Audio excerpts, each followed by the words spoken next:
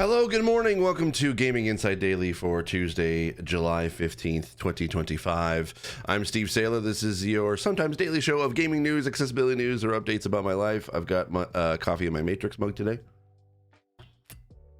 And I'll be honest, not a lot of gaming news this morning. At least anything that kind of that we could sink our teeth into, as it were.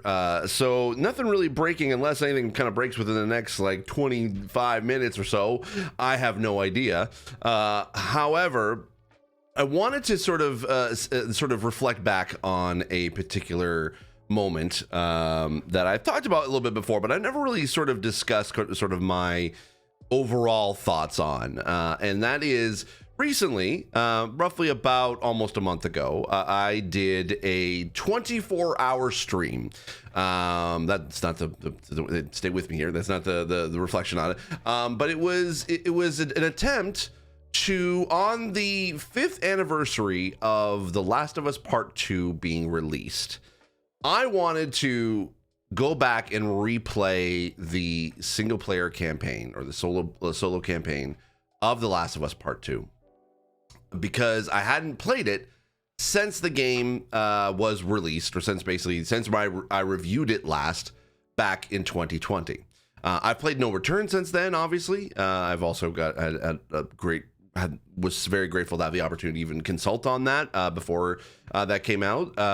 And I was very interested to kind of go back and kind of see where my thinking of playing the game, now that it's like I know what happened. I've also seen season 2 of The Last of Us HBO series, and I just wanted to see if any of my opinion would change about the game, about the story, and also about the accessibility. But also I put a challenge to myself that I was not going to end stream until I beat the game.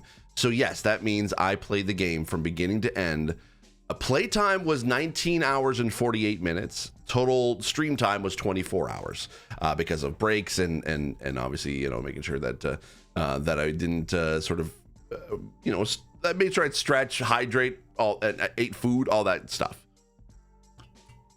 But I will say it took me a while to recover after that. It took me at least a weekend to be able to recover, and because definitely sleep was not an option during the stream. I did not want to keep the stream going and then go to bed and then wake up and play it again. I wanted to try to be able to push myself to see if I could be able to play the entire game in one sitting.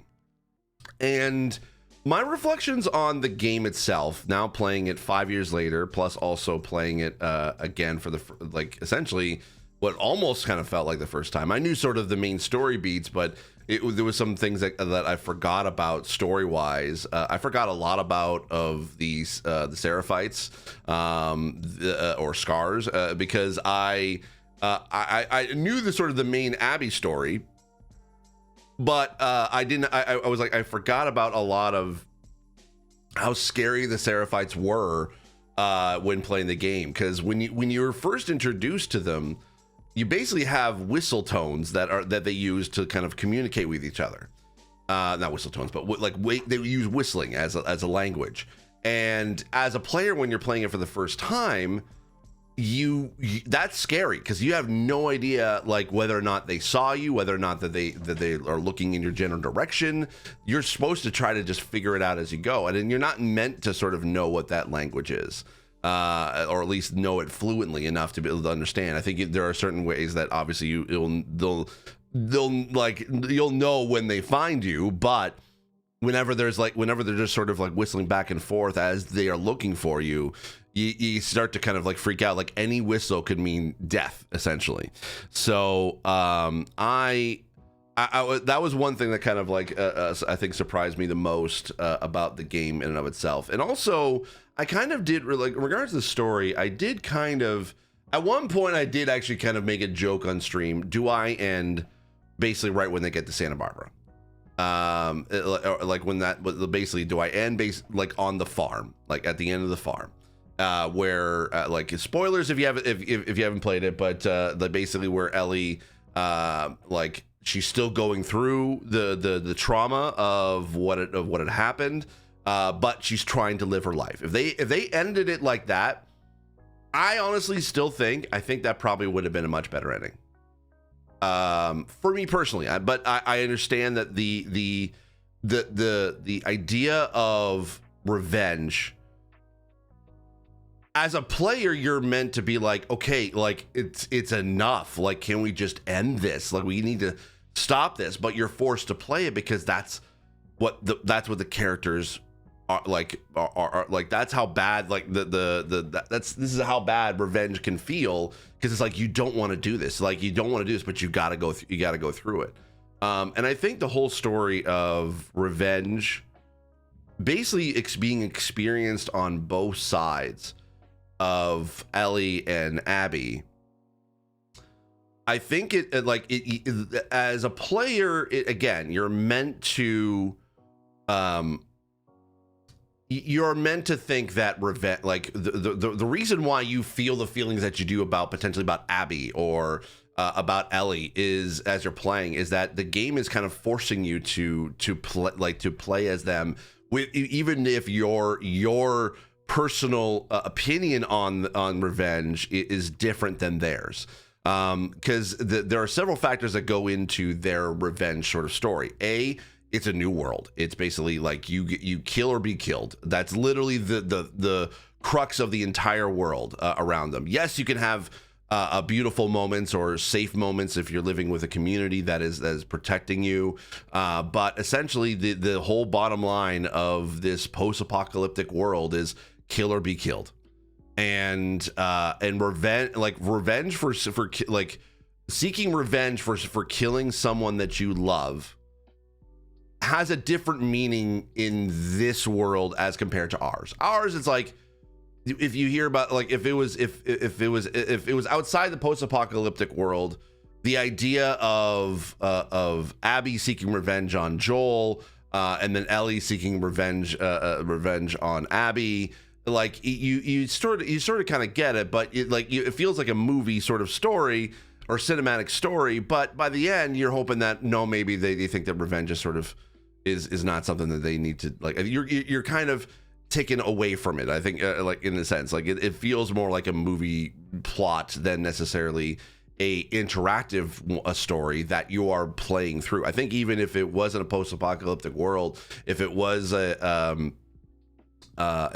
just kind of set in normal, like whether it was modern day or what have you, or whatever the game world it is, I think there is a little bit of, you would hope, or you would think that the character would learn revenge is not the way to go, because that's just how storytelling is kind of told to us through that. But when through the lens of in the world of kill or be killed, revenge has a much different meaning, I think. And it's not to say that I think that the story decision that Naughty Dog or that Neil Druckmann or Halle Gross kind of made with this story was the right one to do. But it sort of heightened because if you think about from the season one, or basically part one and versus part two. Part one, at the end of the game, you basically, spoilers for that as well, I apologize. You basically are meant to make a small decision that for years now players have sort of agreed or disagreed with, and part of it, that disagreement was Joel in the right. And I think that was kind of a subtle way of Naughty Dog basically kind of taking away the expectations of like from the player, and you're forced to do this thing that you probably don't want to do, but you've been on it, like they kind of do the sort of bait and switch, like when you go through this level, the hospital at the end of the game, you're basically taking people out, like you're using all your combat skills to basically to rescue Ellie. That's the goal. And that is very video game like you are there to just take out as many people as possible. You might hit a boss or two, but basically you're being bombarded with enemies that you're supposed to take out so that you can be able to try to build a rescue Ellie. And then at the end, when you basically have to make that choice to rescue Ellie from the doctors, you're kind of meant to just sort of at least think a little bit, ooh, I don't like this decision, I don't like what I have to do. And when the game is kind of like, nope, you have to take them out, because otherwise the game won't end. Like you're forced to do it. And it's like that's kind of the first time, I guess, in a little bit, like basically throughout, because the whole game you kind of justified Joel's actions, and you're kind of meant to, but then at the end of the game, then you realize, oh wait, is Joel the bad guy? And that's been a question that's been on people's minds or players' minds for over a decade now. And then when The Last of Us 2 came out, it kind of took that choice, and it took that forcing a player to be able to make those choices. It took it to the end, like the next evolution of that. And it's like, okay, you don't want to go on a story of revenge. Like at first, I think it was genius in the way that Naughty Dog did this. Regardless of what you think of the story, I do think that it is genius the way that they do it for the video game. Because for the video game, you play as like you are still in Ellie's POV. Like you see what happened to Joel, and then it's like, okay, yep, it's very video game like. It's like, hey, revenge.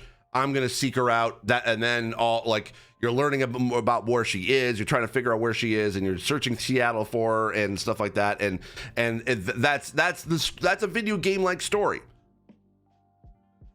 And it could have ended when you finally confront Abby, and then that could have been the boss fight at the end, and you either defeat them or realize that the revenge is not the best way to go, so you let her go, and you accept it and kind of go back home and maybe stay on the farm, blah blah blah blah.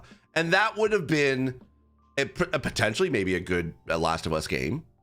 But what Naughty Dog did was that they subverted the expectations, and that was only half of the story. The other half was was playing as Abby.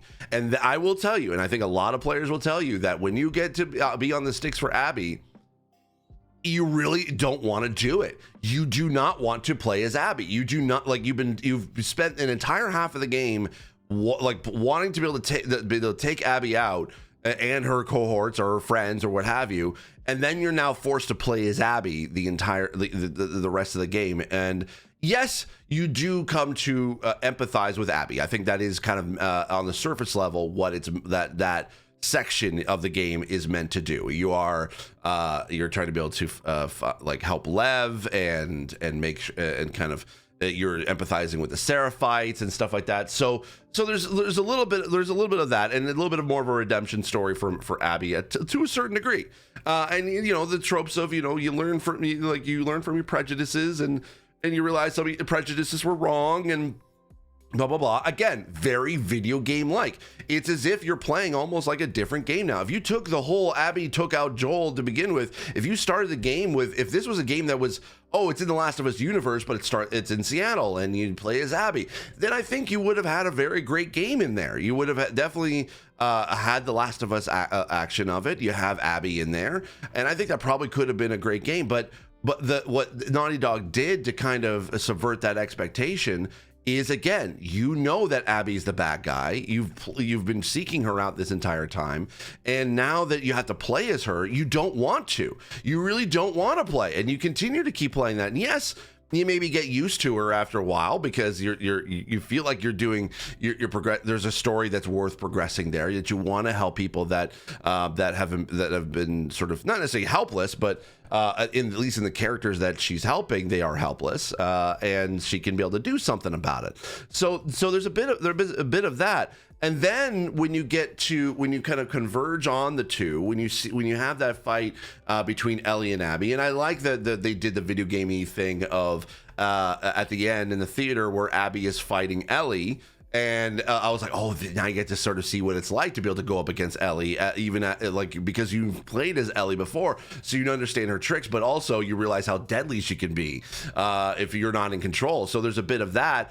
And then you get to the section of Santa Barbara. Now, a lot of people think controversially about Santa Barbara, whether it was needed. Is it just fluff for the sake of fluff? Does it extend the game further than it needed to be past like the farm and stuff? And I think that to a certain degree, yes. I think in regard, if you want a natural progression of revenge is wrong, basically the revenge is wrong, then ending it at the farmhouse would have been the way to go.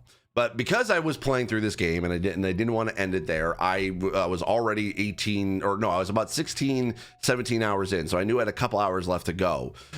So I was like, okay, I'm going to continue playing with Santa Barbara. And yes, did I breeze through Santa Barbara a lot more quicker than I did the first time? Yes, absolutely. Because at that point I was just ready to end the game. And that's kind of where I think that, again, the developers kind of wanted you to feel. It's like, why am I still doing this?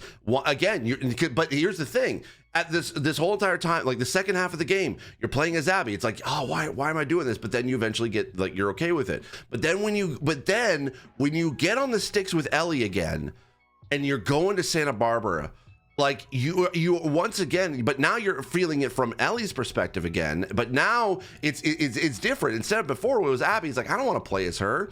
Now when you brought back again with Ellie, it's like, I don't want to play as Ellie anymore. I don't want to play this. I really don't. And then when you get to the fight at the end again, and it's just brutal, and it's chaotic. It basically, you are just at any given point being like, I just want this fight to end. Either Ellie dies or Abby dies. Like, you just want it to end. Like, you don't even want to play this anymore. You kind of wish that someone else would take the sticks from you, because you don't want to be able to make that decision. And it really does, I think, done in a very great way, the video game aspect of this revenge story, with this interactive storytelling medium, I think works, regardless of how you feel. Like, actually, you know what? I don't want to see regardless. However you feel about The Last of Us Part 2, story-wise or gameplay-wise, your opinions on it are valid, because here's the thing. That's what Naughty Dog wanted you to feel. They wanted you to feel that, that way. Not to say not to feel that, oh, this game sucks, this game is a bad game, because arguably it's not. It obviously won many Game of the Year awards. It's still, I think a lot of people enjoy it, but they feel we are meant to feel uncomfortable playing this game. It starts off in a way that, yeah, okay, like, oh, and it does a shocking thing for you, like, oh my God, I can't believe we're doing this, and it kind of doesn't subvert the expectations of what a video game is like. But then it's sort of like then it kind of like it makes you feel uncomfortable. That's the whole point of playing this game, is that it's meant to make you feel uncomfortable. It's the closest you can get to actually feeling like revenge is a bad idea, or revenge is a good idea, without actually having to take revenge yourself. Like, it's the closest you can, like, how you feel as a player, whether it's uncomfortable or just like, I don't want to do this. That's what it's meant to make you feel like. It's meant to make you feel like revenge isn't comfortable. Revenge isn't something you slip into and being like, this person took them out. I need, like, you feel all of the emotions. You feel like when what happens to Joel, you feel anger, you feel grief, you feel sadness, you feel angry. That is how you're supposed to feel throughout the rest of the game. And this is the best, the interactive way of playing that game is the best way to kind of keep you making you feel that way. So if you feel uncomfortable, if you feel like that this game is just like, this is too much, or the story doesn't really, like, if it doesn't fit within your own expectations, I think that again, that is what the game is meant to do. Now, when you jump to sort of the TV show side of things, because for those who have watched season 2, I don't think that season 2 worked within The Last of Us on HBO. I think the actors did a great job. I think that they definitely worked with great material, obviously, but I think with the interactive medium of The Last of Us Part 2, Last of Us Part 1 was very cinematic. I think that's why the season 1 worked, because it was very cinematic. It was meant to basically be like a cinematic story, but told in a video game format. And then they took that and turned it into a TV show, which allowed them to expand upon the game itself. So you're not seeing it constantly just through Ellie and Joel's eyes. But when it comes to Last of Us Part 2, because the game it's hard to separate the story from the gameplay, because it's the gameplay that is the half of the equation that the story supports. Like, both support each other, because you can't know Abby's story unless you play as her. You can't understand that revenge is a bad idea until you are in Santa Barbara and you're just trying to be able to like, and you're like, I don't want to play this. Like you're made to feel that uncomfortable, and I don't think that the season 2 of the show did that, like portrayed that. Yes, it had the same story beats, it had everything that worked, but it was the interactivity that was lost. When you have half of the story half of the game that's lost to it, and it's just the story alone, it kind of feels empty. It doesn't really feel. You don't feel the need for revenge that Ellie is going through. You don't feel like you see her turn, and I think that Bella Ramsey did an amazing job of portraying her slow descent into revenge as the game kind of like progresses, or as a story, like as the season progresses. But I don't think that by just hitting story beat after story beat the way that they did it in the season, I think it works best as an interactive medium. It's the first time that of the 2 seasons that I felt that, no, I think the video game like is better in that regard. Now, when it comes to the accessibility of playing this again for the 24 hours that I did, I think that like the accessibility kind of proves like, or at least, oh no, sorry, the 24-hour stream proves that how good the accessibility is. Because if you know me long enough, you know that that it is hard for me to be able to play games for longer than a couple hours at a time. Like my play sessions are generally 2 to 3 hours max, because I just like, it's my eyes start to get fatigued and I can't really play for a long period of time. When there's more accessibility, that can extend that play session, but that's about it. But when it comes to Last of Us Part 2, being one of the more fully accessible game that's out there, because the accessibility that's there, I was able to continue to keep playing. That 19 hours and 48 minutes of playtime, that's the longest I've ever spent ever in any game in one sitting. I played games in like a majority of games in one sitting at one point, but I've never done from beginning to end in one sitting like that before, for that long of a period of time. I did that for Still Wakes the Deep, because that's only about a 5 to 6 hour game, which I did actually put up on my second YouTube channel. I think it's Steve Saylor Plays, if you want to check that out. And I probably won't be able to put up the 24-hour stream from The Last of Us on that channel, because I don't know if YouTube can be able to handle the 20. I think it can do the 24 hour. I don't know. I haven't tried it, but I think the accessibility still holds up in this game, and I feel that it was it's a great testament to what the game is like. What I loved the most was playing the game and then people coming in and watching me play, and then realizing how I was playing it, because I had high contrast mode on, I had text to speech on, I had auto aim on, I had where the game would slow down when you're in aiming mode. I had a lot of the accessibility that I needed in order to be able to play, and a lot of people were curious about it because they never seen the game played that way before, which was really great. Like I think that it was a great testament to kind of show how great the accessibility is, and showing it to an audience that may not have seen it before. And do I think that I like, because I was also thinking, I'm like, could I do this again? Could I do another stream until I beat the game type setting again for another game? And I don't know if I could. I think probably The Last of Us was probably the best way. Maybe Last of Us Part 1, because it has the same accessibility, but it'd be very difficult, I think, for me to be able to continue to keep playing a game that isn't as accessible, and because accessibility does have that into a factor. I did put out a post on Blue Sky yesterday, kind of asking sort of people what were some short games, like within like the 15-hour mark, that you would recommend me playing. And some people suggested some pretty interesting ones, like Ratchet and Clank, Dishonored, the Guardians of the Galaxy game, 1000X Resist, and some of them actually are pretty good. Detroit Become Human, I think, as well. The Batman Arkham series, Gotham Knights, and I think that I probably could be able to play those. And some of them actually do have some decent accessibility, but I don't think that I could be able to, like, it would definitely be a lot more of a struggle to continue to play those games for in one sitting, as opposed to what The Last of Us was. I think The Last of Us was like, even though I was 19 hours in, or 24 hours in, yes, did I feel tired by the end of it? Absolutely. I was ready to, like, once the credits started rolling, I was like, I really started to feel actually, no, pretty much when I got to Santa Barbara, I was pretty much ready to be done the game. But story-wise and also gameplay-wise, that's why I kind of just breezed through a lot of it, just to kind of get through the ending. So I didn't, because I knew that that section took me a while when I first played it.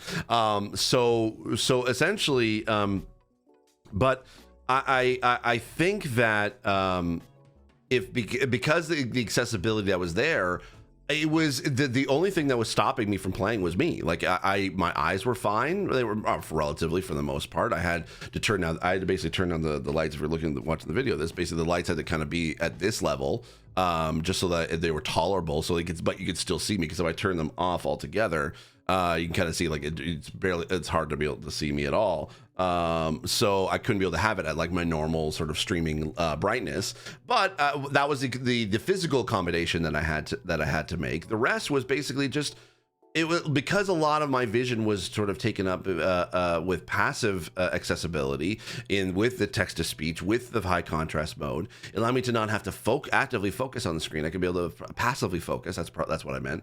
That passive accessibility. Passively focus on the screen. I was able to extend that playtime to obviously for 19 hours and almost 20-hour gameplay straight. So I think I think the accessibility is a testament to it. And I wish I could say that there are more games that are just like it, but it's sad to say that same thing still 5 years later, and we're still not at that point. There are definitely some games that are standouts for sure. But as far as like a game that is like fully accessible to a lot of disabled players, and really, there are definitely always going to be people that aren't going to be able to play the game. But I think it's the one that kind of covers the most area of disability. That I think that we're still kind of not at that place yet where we could be able to play this do a stream like this where you're playing the game until it ends. Not to say that it can't be done, obviously, and I think that people's abilities are boundless and varied as much as human variance is. But I started to kind of think, I'm like, could I be able to do this again? I don't know. I think it's just because the accessibility was just that good that's what kept me going. If the accessibility is not there, then I don't know whether or not I would slip into what I would normally slip into if I play this for a couple hours, where I'd be making mistakes and I would be because my reaction timing is off and stuff like that. But throughout the entire time of Last of Us 2, yeah, there might have been moments where my focus was distracted a tiny bit, and I was losing focus trying to be able to defeat enemies in a combat situation. But for the most part, it was still a challenge, but it would still felt like I could be able to keep doing this, and I just kept going forward. And so yeah, I think that the accessibility still holds up. Absolutely, I think it is a testament to video games that this game exists, and I think I applaud the Naughty Dog developers for making this game. Yes, I did have a small tiny part in helping to consult it, but I was not alone in that. There were several other amazing consultants that worked on this game as well. So I will definitely say that I think that, yeah, the mission accomplished, Naughty Dog, 5 years later, and it still holds up. The accessibility still holds up today, and I think that's a great thing. So again, the question does remain, like, would I do it again? Would I do another 24-hour stream, or stream until I beat the game? Potentially, but it would be definitely a lot more of a struggle in the future. And one of the things I kind of learned from playing The Last of Us Part 2 for 24 hours, I think, again, it's that I learned to appreciate the revenge interactive story that we played, and also that the accessibility held up extremely well. So that's going to be it for me today. Thank you so much for watching, and hopefully tomorrow we'll have some news to be able to talk about. But in the meantime, I hope you enjoyed this little sort of side tangent of a video today. Instead of talking about gaming news specifically, it's more, again, I reserve the right to be able to talk about my life as an update, or life updates, as it were. I can't even talk anymore. I'm just gonna end it there. Thank you so much. What are your thoughts on this? What are your thoughts on The Last of Us 2? What are your thoughts on, if you were watching the stream while I was playing it? Let me know what you thought about it, and yeah, leave it in the comment section down below. All right, that's gonna be it for me. Take care, and I'll see you all tomorrow.